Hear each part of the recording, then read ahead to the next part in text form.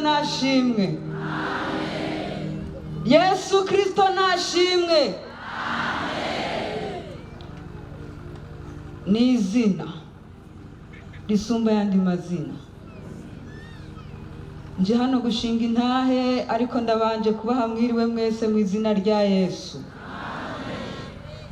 Nigitangaza kuba ndi hano muri uku kwezi k'umunani, nigitangaza.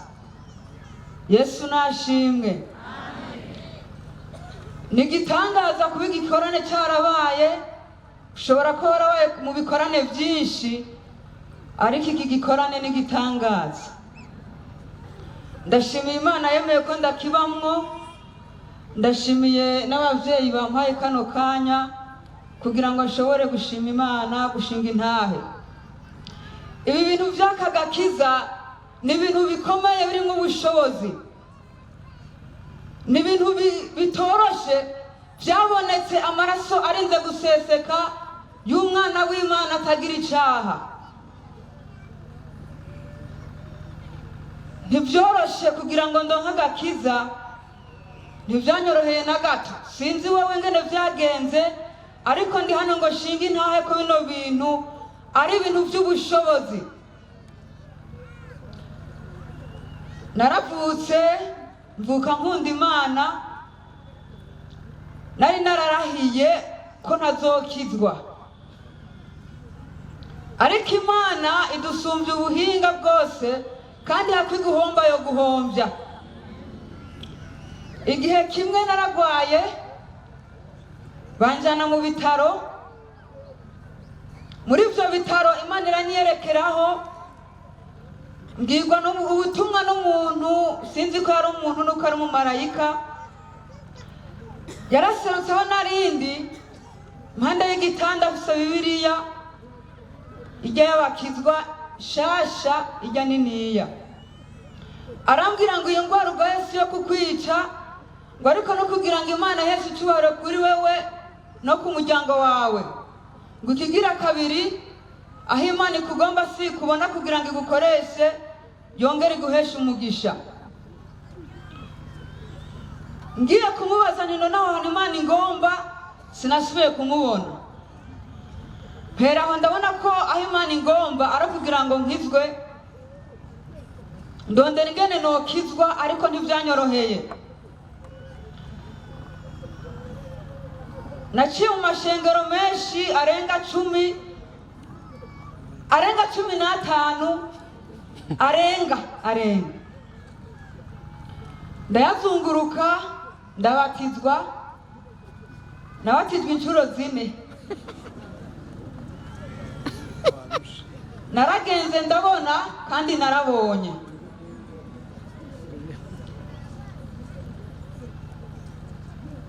Narabonye, sinobivuga ngo ndabiheze uyu mwanya, ariko ko wagira ubuntu kaza hano, urashaka ugume hamwe utekereze, ushikana amaguru hasi, urondera Imana yo mu ijuru utekanye utekereje. Yesu nashimwe. Narabandanije kurondera Imana, ndakizwa, ndasengerwa mu bakozi b'Imana. Mu nyuma kandi ndashika no mu bindi bihe bikomeye. Nkunze kubwira abantu duhura muri kino gihe, ntagire umuntu n'umwe azokwirata ibyo umusiguzi yabonye akabishingira intahe. Nanjye ndabyemeza, narabyiboneye ko iby'isi byose ari iby'ubusa. Hari igihe umuntu yibwira ngo arazi ubwenge cyangwa arazi byinshi, yaragenze ibihugu n'ibindi cyangwa yarize amashuri araminuza, ariko nasanze amashuri y'Imana aragaheta. Kimwe nakuyemo, nihagira umuntu ashimwa, umunyacyubahiro hano muri ino si uwo ari we wese, naho yokirusha abandi, izina rya Yesu n'agaheta. Kandi bitewe bitebuke, amavi yose azopfukama, indimi zose zizokwatura ko Yesu ari umwami, kandi ko ari we mukiza wenyene. Narageze ahantu rero ndagwara, ibintu biyobeye, byananiye abaganga, binanira abanyabwenge, binanira abantu bose.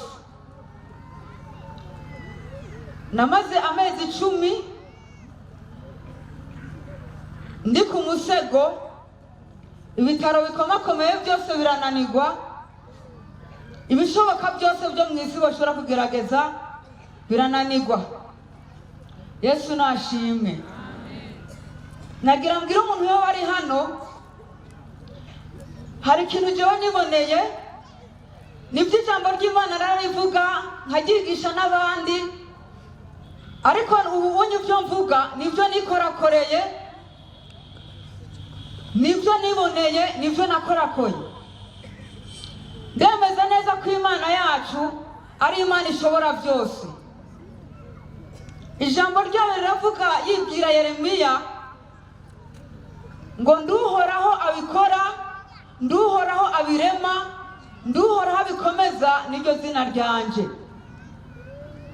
Nanje mubona hano by'ukuri Imana yarasubiyemo irandema. Ngaha hariho abanzi ntari uyu mubona. Imibabaro yose yo mu isi icyitwa ububabare ndakizi. Bwa bubabare bwo ku mubiri bwo mu buryo bwose ndabuzi, n'ububabare bwo mu mutima bw'uburyo bwose ndabuzi. Aha mumbona gutya Imana yaransubiyemo. Naragwaye, imiti yose irananirwa, burya nasanze imiti ifise ibyivura n'ibyo idashoboye. Amafaranga nasanze hari ibyo adashoboye, ibyo twize nasanze hari ibyo bidashoboye, bishoboye Imana yo mu ijuru yonyine. Ndavundira mu nzu, ndavundira mu bitaro bitandukanye, umubiri urakongatara ku buryo undiye ibintu mugakubita na kimwe numva, amazi ashushe amarike ntayo numva, gushira ko ikintu gikanye nk'ibarafu nabyo numva.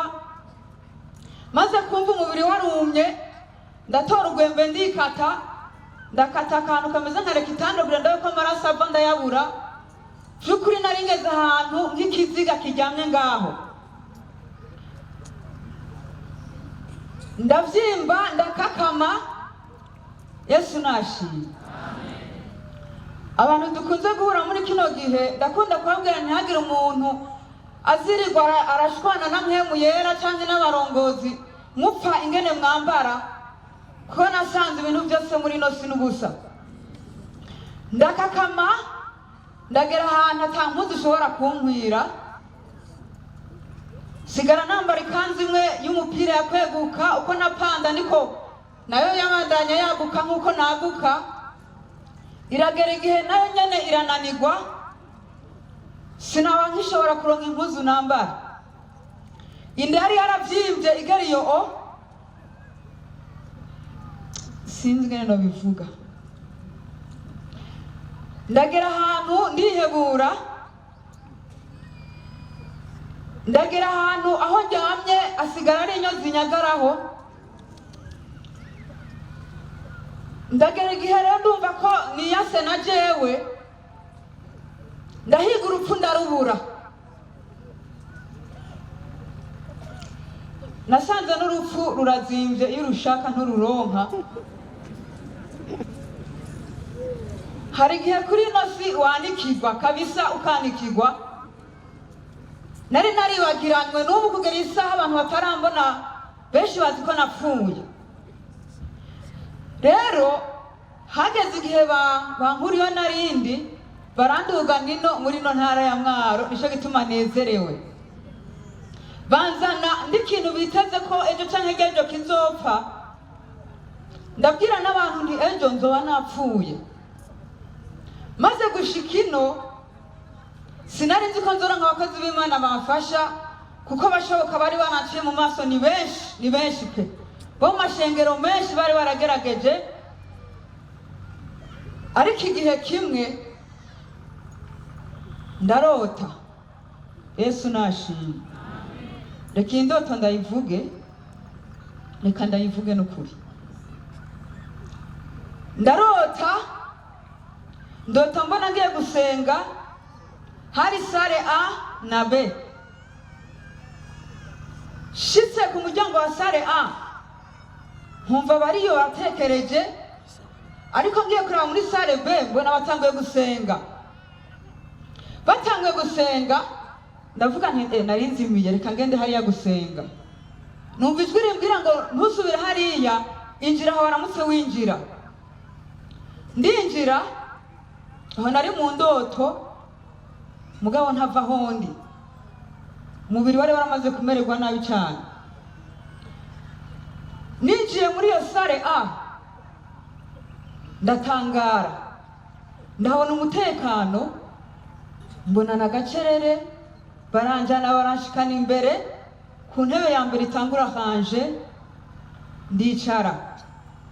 Numva ndarengewe n'ubwiza ndiko ndumva, birandengera cyane, ntangura kwibaza.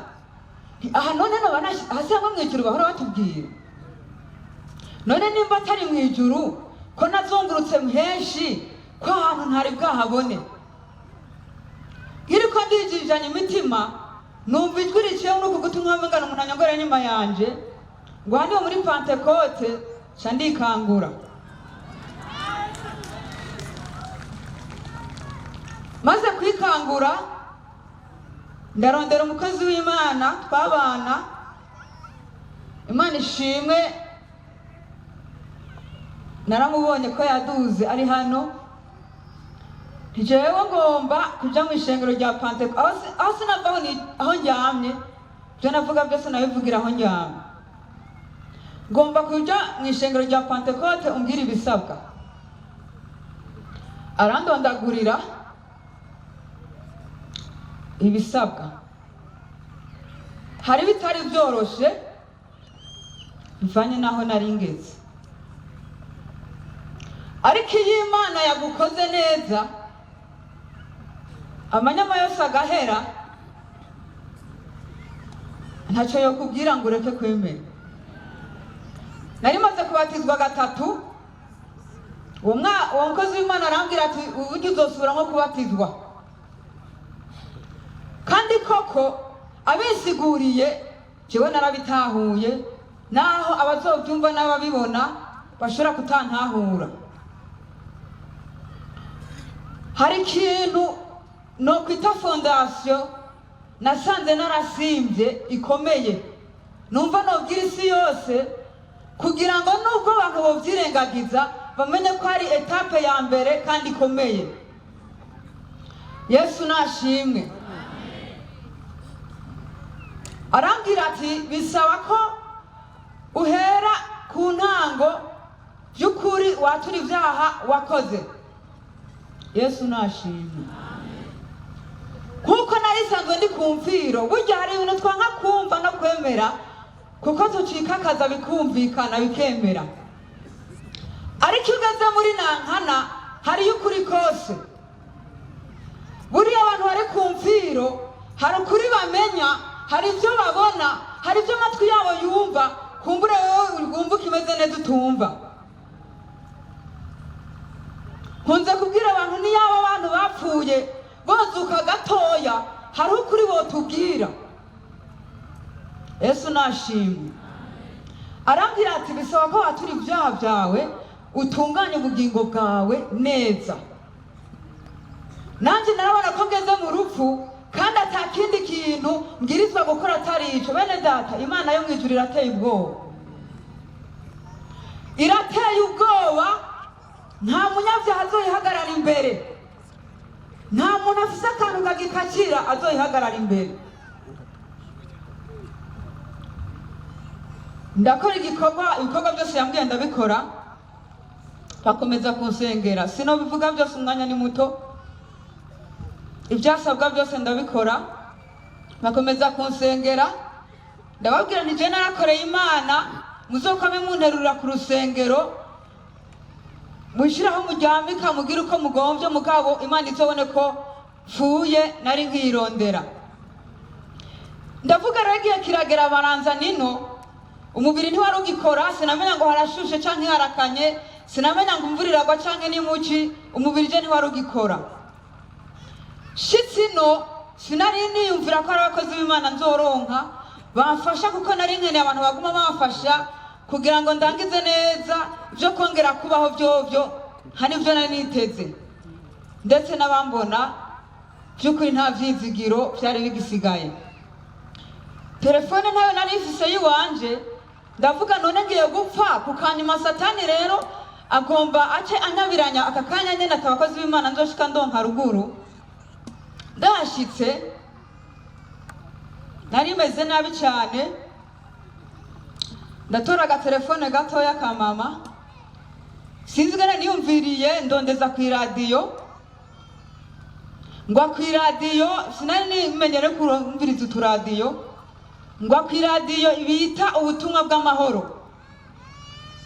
Ryari ryambere ndayumvise kandi kubera nta nivyo nankene kumviriza muri yo kuko nagira nipfire, ariko ntubirana bagije kugirisha ikiganiro cy'abantu bashimira Sepebu ngo ingene yabafashije.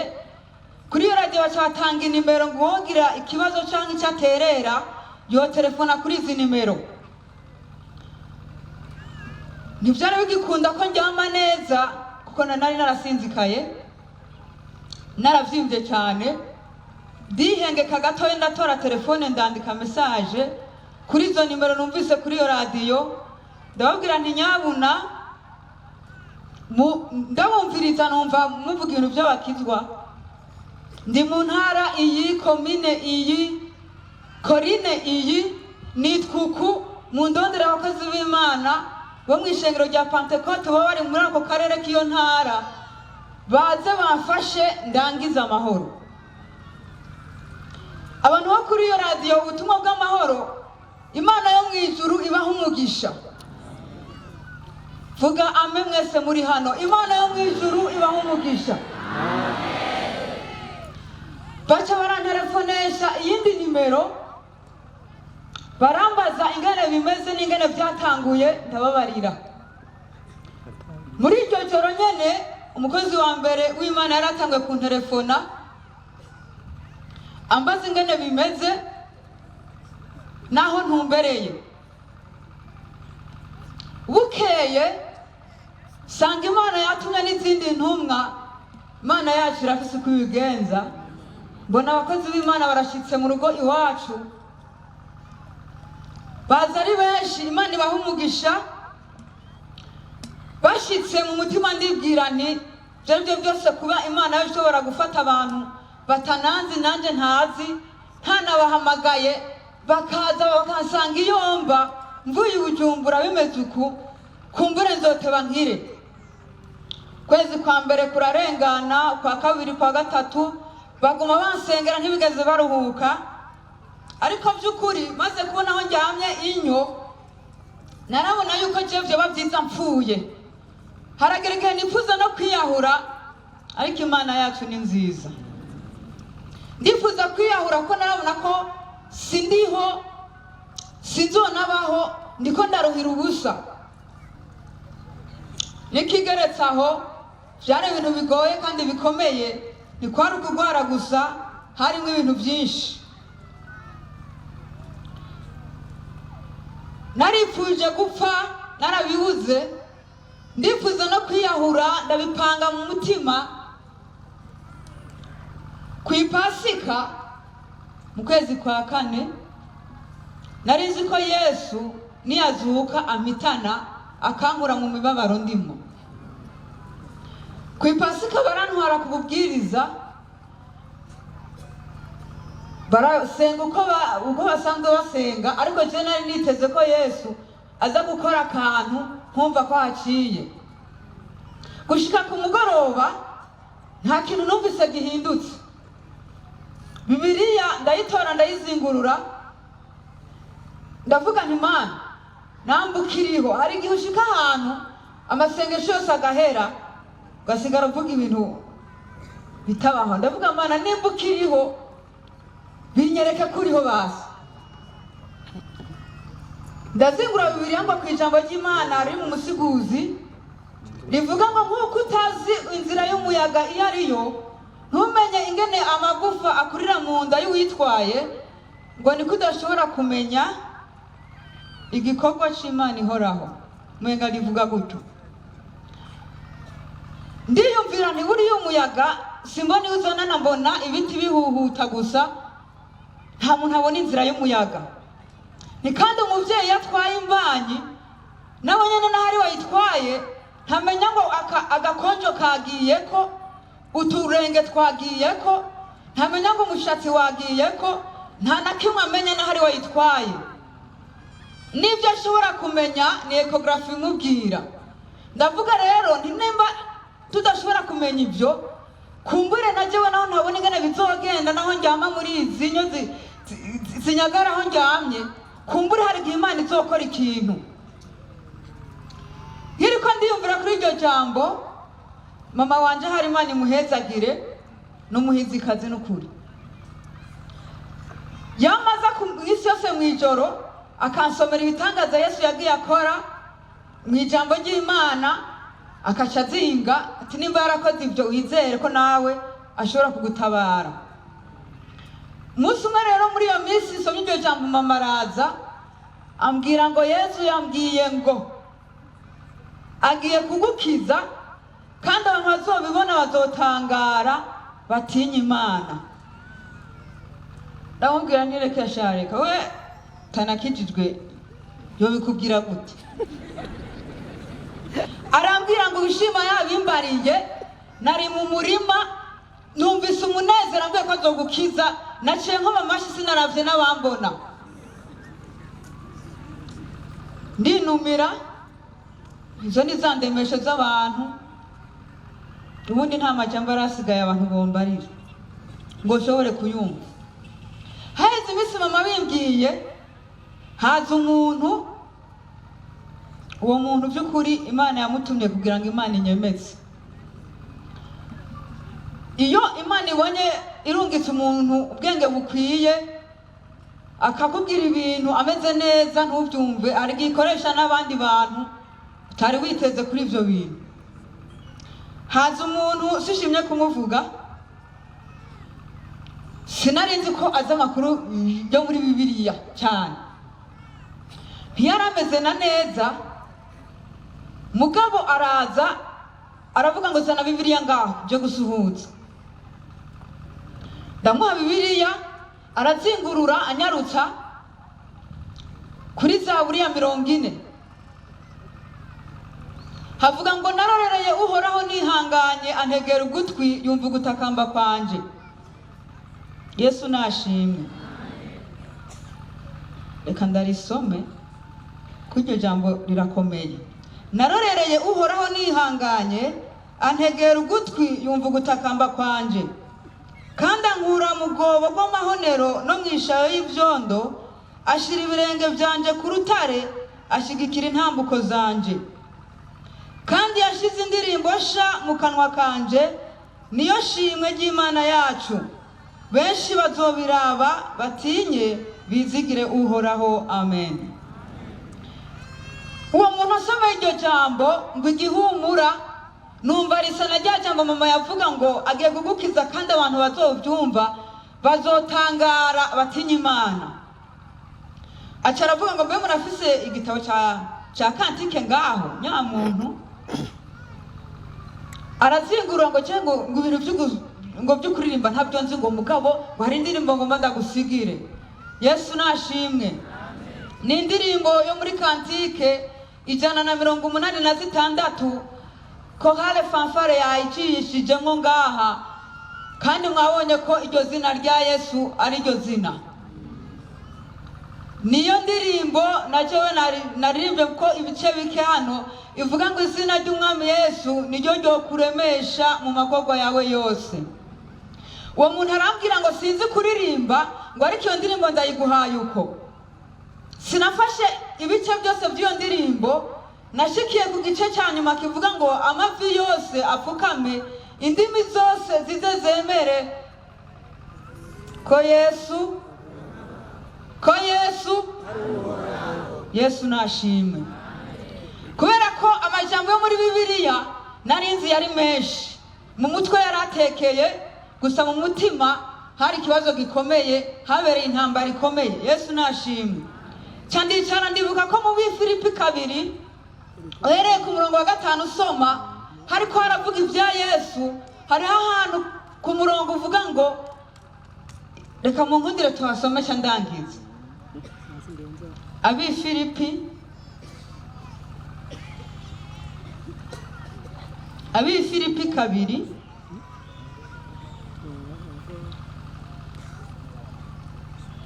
mu nkundire duhere ku murongo w'9 havuga ngo nico cyatumye Imana imushira hejuru cyane ikamuha rya zina rirengeye ayandi mazina yose, kugira ngo amavi yose azapfukame mu izina rya Yesu, ay'ibyo mu ijuru n'ay'ibyo ku isi n'ay'iby'ikuzimu, kandi indimi zose zize zature yuko Yesu Kristo ari iki? Ari uhoraho, ngo biheshe Imana Data wa twese icyubahiro. Yesu nashimwe. Akimbwira iyo ndirimbo rero ku gice cya nyuma cyayo, nibuka amajambo ngo kugira ngo amavi yose azapfukame mu izina rya Yesu, ay'ibyo mu ijuru, ay'ibyo ku isi n'ay'iby'ikuzimu. Yesu nashimwe. Mwumva hari hasigaye ibyo mu ijuru n'ibyo mu isi n'ibyo mu kuzimu birimo. Cyanumva ko Yesu ibiri ahantu hose bishobora kumupfukamira. Ndavuga nti rero ibi bintu byayobeye abahinga, byayobeye abaganga, byayobeye abantu bose, naho abantu bose basenze, naho twagerageje uburyo bwose, ndavuze ngo ibi bintu nabyo nyene uko byitwa kose nibipfukame.